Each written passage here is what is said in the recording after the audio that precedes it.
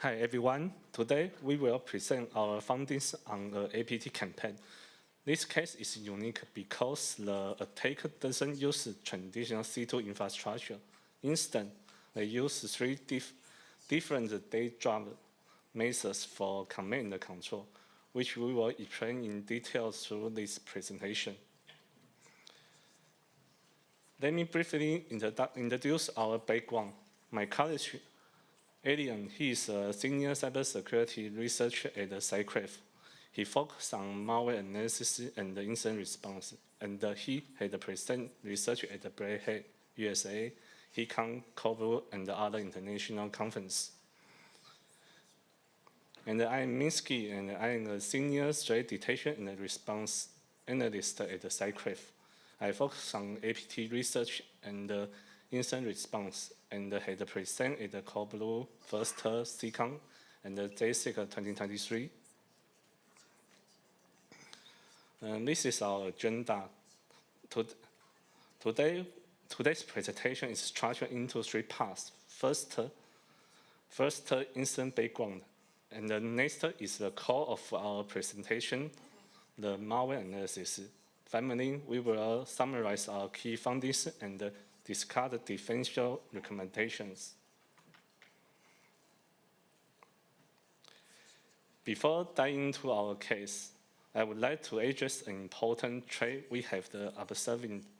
In recent years, we have seen a significant increase in APT actors using the German cloud service as C2 channels.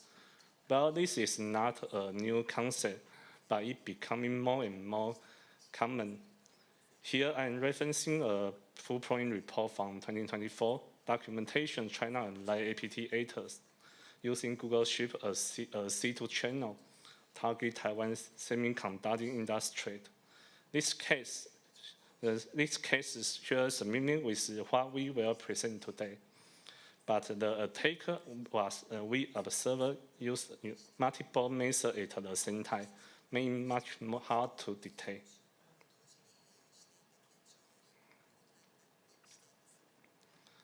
Now, let's focus on today's main subject, the threat actor. Based on analysis and threat intelligence correlations, this is a suspend China's data spoofing sponsored APT group. The campaign began in 2024 and remains active as of today. This campaign against the Taiwan's governments and the manufacturer sectors. In this instance, we identified three malware families: Graph Bartley, Graph Look, and RC Remark. Each family employs distinct C2 mechanisms, which we will analyze in detail shortly.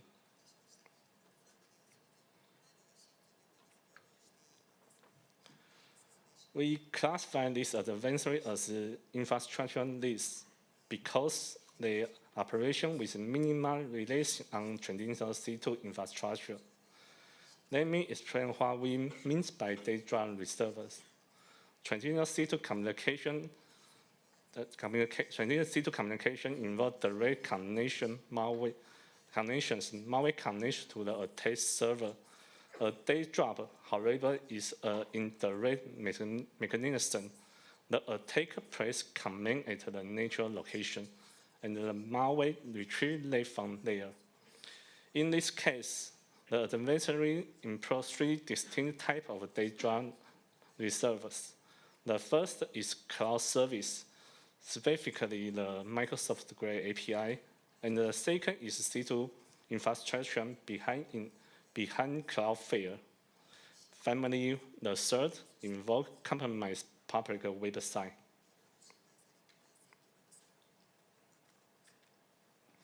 Now, let's move into instant background. I will walk you through how the adversary attack the target organization, establish persistence, and how we discover this attack. Phase one is about initial compromise and establish persistence. The attack starts with a phishing email. They compromise endpoints. Once inside, The attacker quickly laterally used compromised high privilege account via SMB. For command control, the attacker deployed two mechanisms. First, software VPN, an open source VPN tool for stable remote access.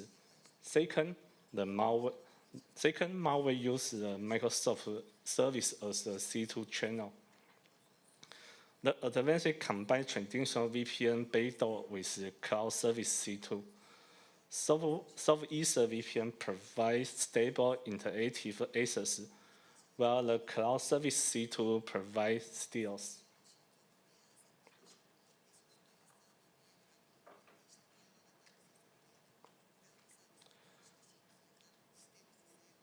The Adversary creates a VPN tunnel service and leverage DLL side loading technique to execute a malicious payload. DLL side loading is a classified defensive eventual technique. The Adversary explored the German program to load malware malicious DLL. The diagram on this slide illustrates the German program to load malicious DLL placed by the attacker.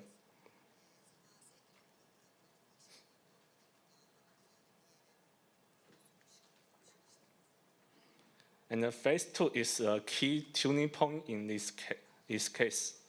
After we conduct initial instant response and remove malicious artifacts, but the client-sensitive data continue to appear on dark web marketplace. This was a signal. The adversary was still active, and we had missed something. Through the investigation, we discovered the adversary had weakened the organization's logon script. This script was originally the German IT tool for enforcing group policy update, automatically execution when user login. And the adversary continued using Microsoft Cloud Services C2 channel, maintenance a cover link to external infrastructure. Critically, the malicious code executes during system startup, binding stealing into routine administrators' operations.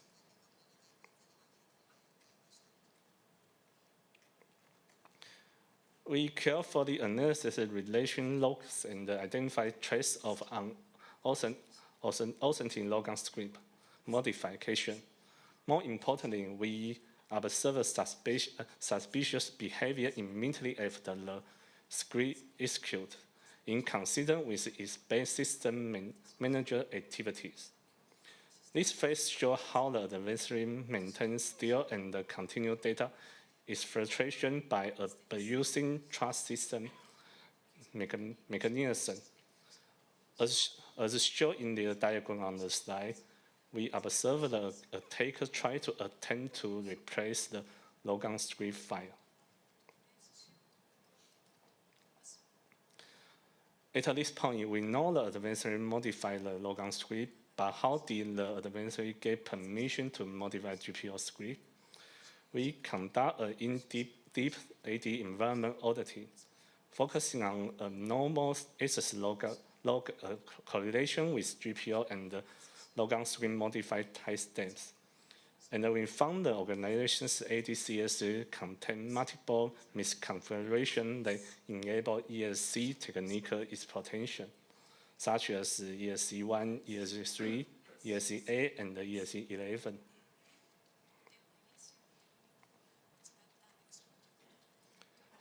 We believe the adversary explored ADCS misconfiguration for privilege escalation by getting a domain admin label certificate. The adversary gained the necessary permission to modify the logon script. For example, ESC1 misconfiguration, we discovered the domain and the authenticate user was granted auto-enroll permission on the web server certificate template. It means any low privilege account can act as a domain admin by SNS proving.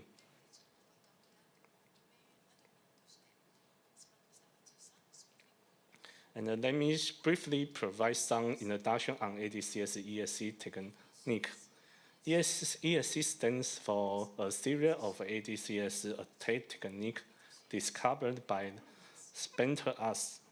This technique exploits misconfiguration in certificate templates, allowing even low privilege account to escalate to domain admin.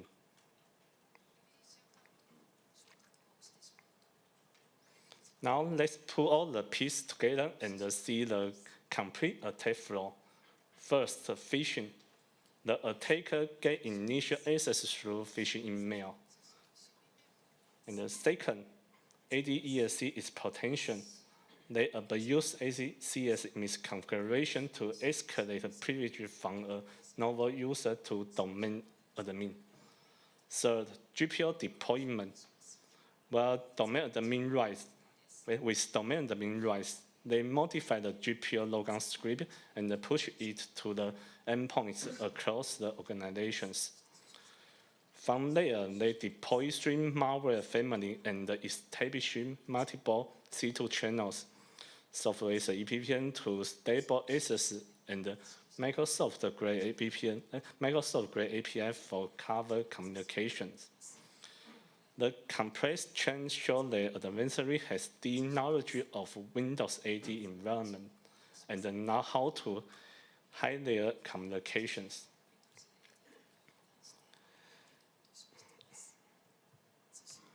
In the next session, I will hand over to Adrian. He will walk you through the detail of the malware analysis. Okay.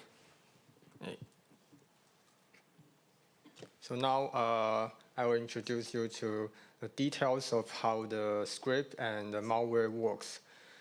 So here we can see in this operation, we have 2 scripts and 3 malware in here. So first, the AD logon script will be deployed to the endpoint, and the script will download the next stage, the Python script. And then this Python script will download the final stage malware and then run this malware. And we have seen 3 malware in these operations. That is the graph broadly, the graph relook, and the RC remark. So there are 3 malware here. And we will be walk you through one by one.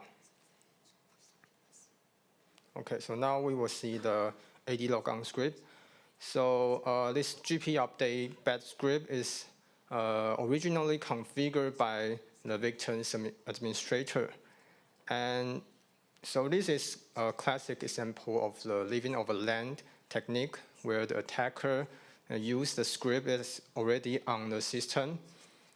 And so as you can see in the image, the original file contains only 2 lines. So this is configured by the victims. And the attacker appends some malicious code to the file, and then it will run and download the next stage Python script.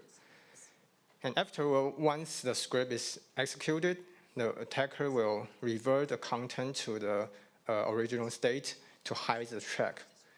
And we call this ephemeral modification, that the attacker temporarily modify the file and then revert it back to the original state. So this will make our detection or forensic much harder.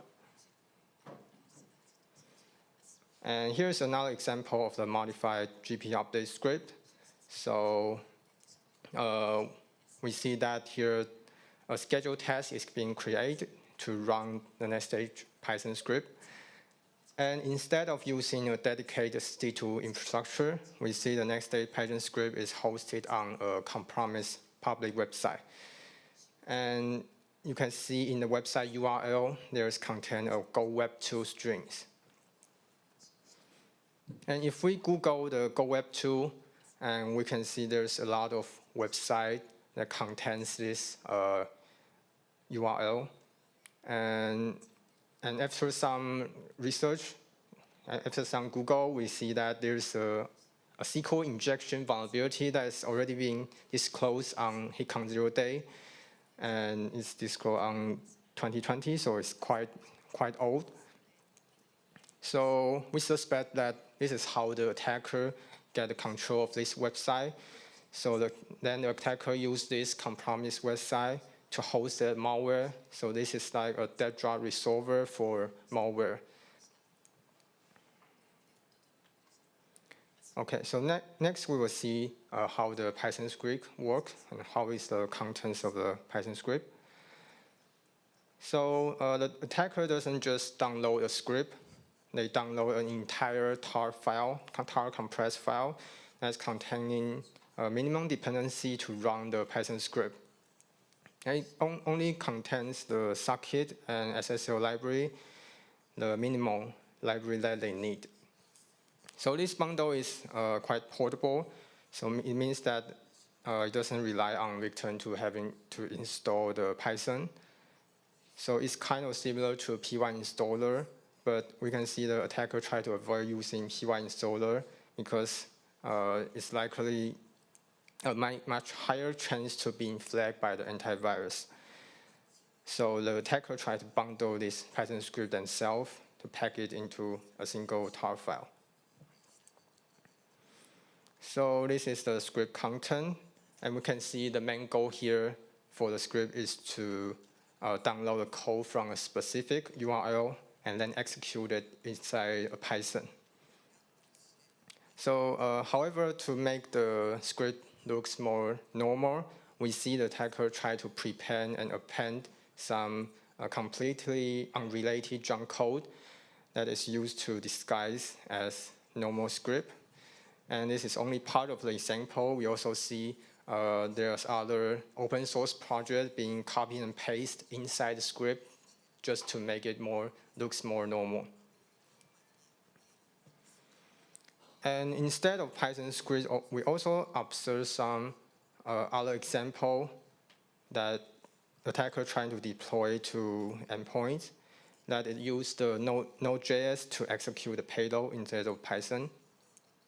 So this log.js script that is work similarly to the GP update script we talked about earlier. That this script is already exists on the victim's machine that will be launched automatically by a legitimate service. So what the attacker do is the attacker will edit this file to inject the malicious content.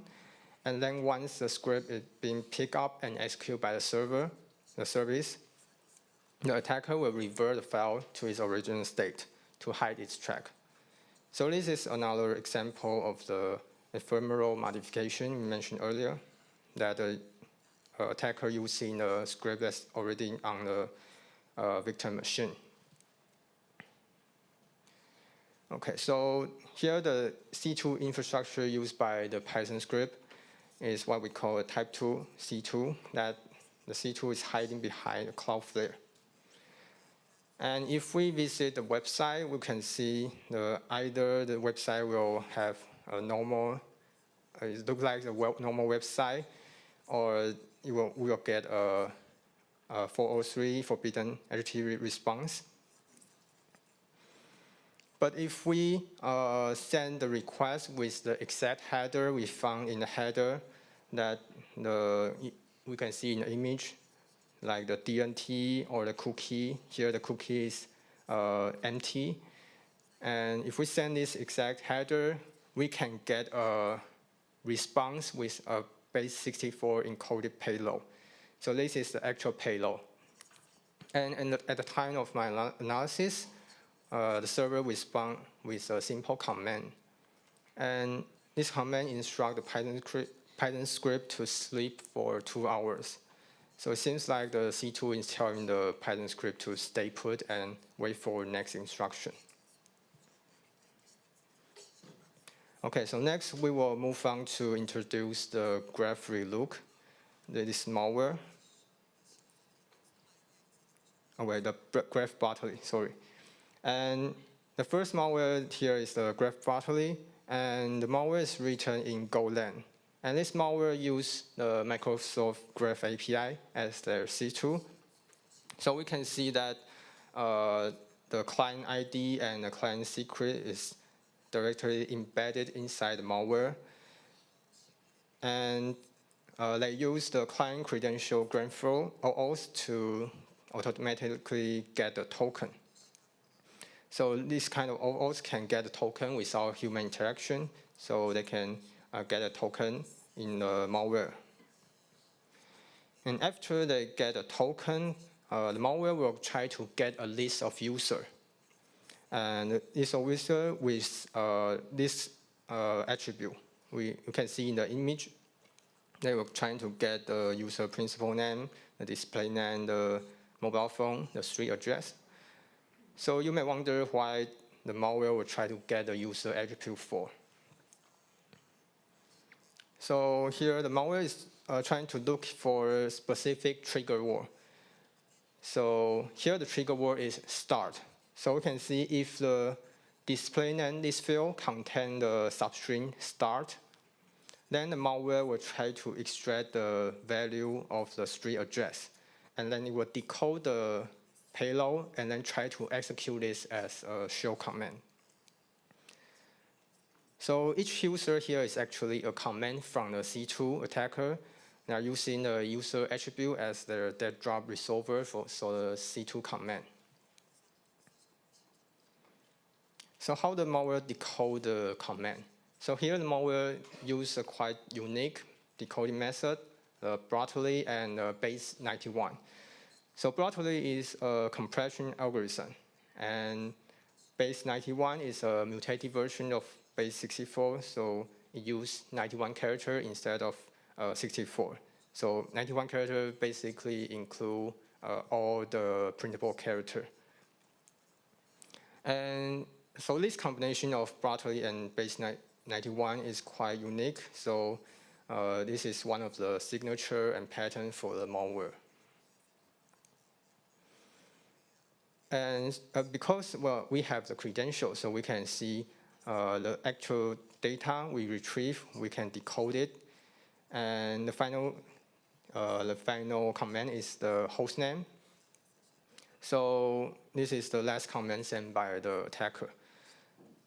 But we only see one command here, but it doesn't mean that attacker only sent one command. Previous command probably have been deleted by the attacker when we do the analysis. Okay, so now we will move on to the next malware, the graph relook.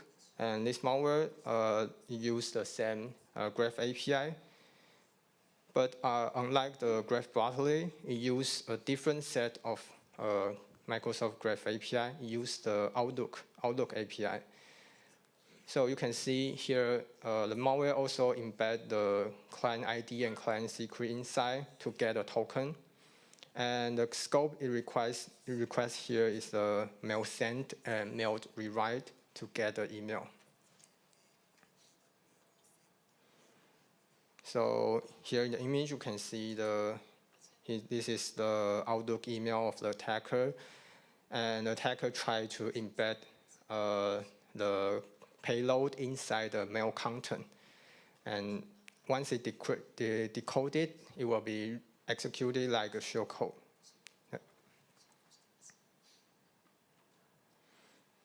Okay, so the first two malware is using the Graph API. And we will see down the final malware, the third one, the RC remark. This is more like a complete backdoor, and it has more feature than just running shell command. So this malware uses base 64 and RC4 with a fixed key to decode the string and its malware config. And we can see in the image, we can see the C2 domain and some pattern inside. So at first, the malware is trying to collect the host information of the endpoint, and then it will send a request to C2 containing the host information inside the HTTP header. So it's like malware is checking into C2. And next, the malware will try to retrieve the C2 commands. And it will try to find the regex pattern inside the HTML response. So the rigid pattern starts with the remark. And we can see also that this C2 is hide behind the Cloudflare. So if we try to get IP, you can see the IPs belong to Cloudflare. So here is a list of commands that implement in this malware. You can see you can execute the show command. Also, you can set some heartbeat rate and some file operation. So this is a different command handler for this RC remark malware. Okay, so finally, we will wrap up our talk about what we discussed today. So in conclusion, we observed that the attacker using a technique we call ephemeral modification. So they modify a living of a land script to run their payload and then immediately revert the content to its original state. So this makes our investigation much harder because first, if we perform the digital forensic, we will only see the original binary file, leaving no trace for the malicious code. And second, the security log often ignore the file modification events. So this kind of log are considered too noisy. And typically we don't have saved them for very long. And on the infrastructure side, we see the Graph Bartley and Graph Relook. They both using Microsoft Graph API. So using this kind of cloud service make it harder to for the blue team to block. And for the RC remark, is the C2 is hiding behind Cloudflare, so behind the reverse proxy. So if the attacker trying to register a new domain, he can easily switch between domain if the domain being blocked. And finally, we see that attacker also using some compromised website as a dev drop resolver for hosting malware. It's like a free public service for file service. So it's also harder to block because this is a normal website, not a bad website, but because it's being abused. So here's some final mitigation. So first we recommend that we implement strict whitelisting for the critical assets and high-value target. So it might be harder to block all cloud service in all endpoints, but if your critical assets doesn't use specific cloud service, this is a simple solution. And second, because attackers are hiding behind HTTPS, we need SSL inspection to inspect the content. So we can rely on some firewall solution to decrypt SSL traffic. If we can block the domain, at least we can know what the attackers are doing. And for the compromised infrastructure and CDN like Cloudflare, the threat intelligence still important. Trying to regularly update the IOC feeds is also important. So we need to keep the threat intelligence up to date. And we also see that some domain is registered, newly registered domain is registered under 30 days. So this kind of domain is also, we can block this kind of domain, and this can help us avoid this kind of C2. And also some behavior monitor also helps that the executable download from non-browser process is also dangerous. Okay, so now is the final takeaway. So today we see the attacker, this ABT event targets Taiwan government and manufacturing since 2024. And they deploy Graph Bartley, the Graph Relook, and RC Remark, these three malware. And we see the attacker trying to use ephemeral modification and using a living of land script to evade detection. And also they're using dev drop resolver, meaning that there's no pure bad IP or pure malicious domain to block. It depends on the context. and we need to keep the threat intelligence up to date and rely on some behavior monitoring. And thank you. This is my talk. It's our talk. Thank you.